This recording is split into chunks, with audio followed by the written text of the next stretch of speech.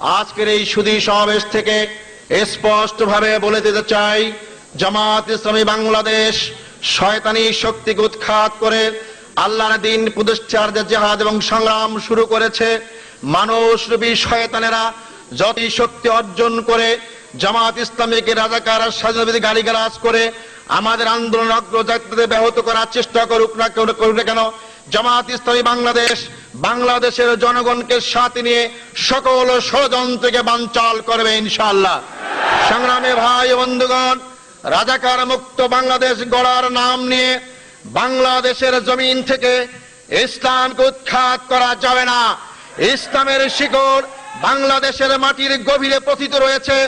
এই শিকড়কে উৎখাত করা যারাই চেষ্টা করবেন তারাই উৎখাত হয়ে যাবেন। ইসলাম দিন দিনে বৃদ্ধি পাবে। হাঁটি হাঁটি পা পা করে 41 সাল থেকে এই উপমহাদেশে জামাত ইসলামের যজ্ঞযাত্রা শুরু হয়েছে।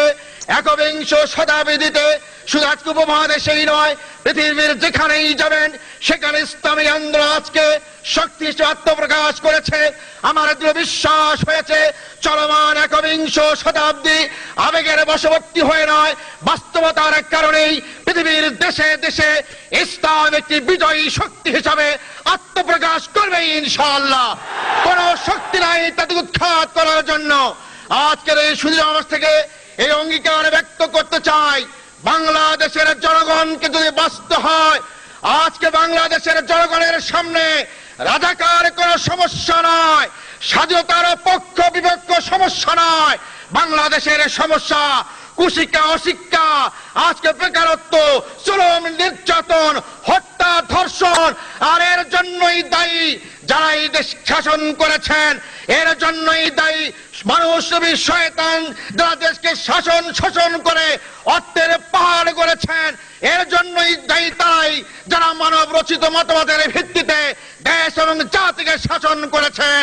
অতএব তাদের এই অপকর্ম ঢাকার জন্য, তাদের এই ব্যর্থতা ঢাকার জন্য আজকে তারা রাজাকার নামে ইসলামী আন্দোলনের উত্থিত আন্দোলনকে যারা আজকে ভয় পেয়ে জনগণের কাছে তাদেরকে হেয় করার চেষ্টা করছেন, আমরা স্পষ্ট বলে চাই বাংলাদেশের জনগণকে 30 বছরের মন ভুলানো কথা বলে আর ঘুম পাড়াতে পারবেন না। জনগণ জেগে উঠেছে, জনগণ পরিবর্তন চায়, জনগণ দেশকে আজকে নতুন শতাব্দীর এই দিনে তাদেরকে আজকে ভাগ্য করতে চায়।